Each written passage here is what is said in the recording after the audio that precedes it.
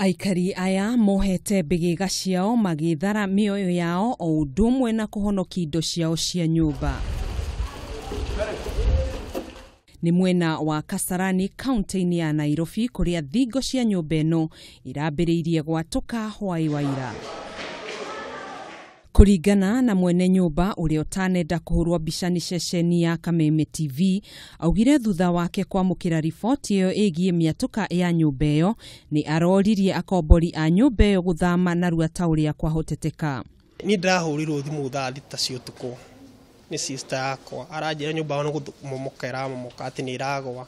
No rũcinĩ rĩrĩa njũkire ndaingĩra thĩinĩ ndakora koramu ĩ harĩa thĩ ĩbastĩte na ĩngĩ haha igũrũ nĩ ĩrĩga kũbasti.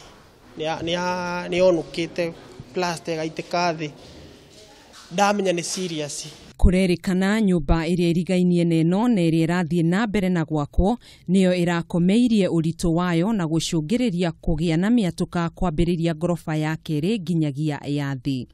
Ta ũrĩa mũrũgamĩrĩri wa sub-county ya Kasarani aratarĩria. With the information that some columns are cracking, so we responded last night.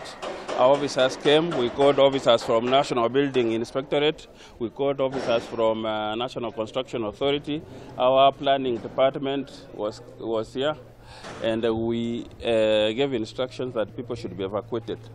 That we started last night. We have continued up to today. We have evacuated everybody because what you can see when you went in is that the integrity of the structure is compromised. Kuringana na aikari a mwena ũyũ, nyũmba ĩno ĩna makĩria ma mĩaka 10 kuona yambĩrĩirie gũkomborithio kuma mwaka-inĩ wa 2007. Rĩu rũhonge rwa waki rwĩna mũrigo mũritũ, mũingĩ ũgĩcũrania kana mena ũigĩrĩrĩki wĩra-inĩ wao gũtigĩrĩra mĩtũrĩre ya mũingĩ wa Kenya ndũrĩ hatika-ini ya kũgũmĩrwo nĩ mutino wa kumomokerwo nĩ nyũmba. Gĩthagathago kĩa gũthamia aikari kana akombori a nyũmba no gĩthiĩte na mbere kuongerereka gũkũ bũrũri-inĩ, kuona miatuka teno no icũngĩrĩrie kumomoka kwa nyũmba kũrĩa mioyo mĩingĩ no ĩkorwo ĩgĩteo.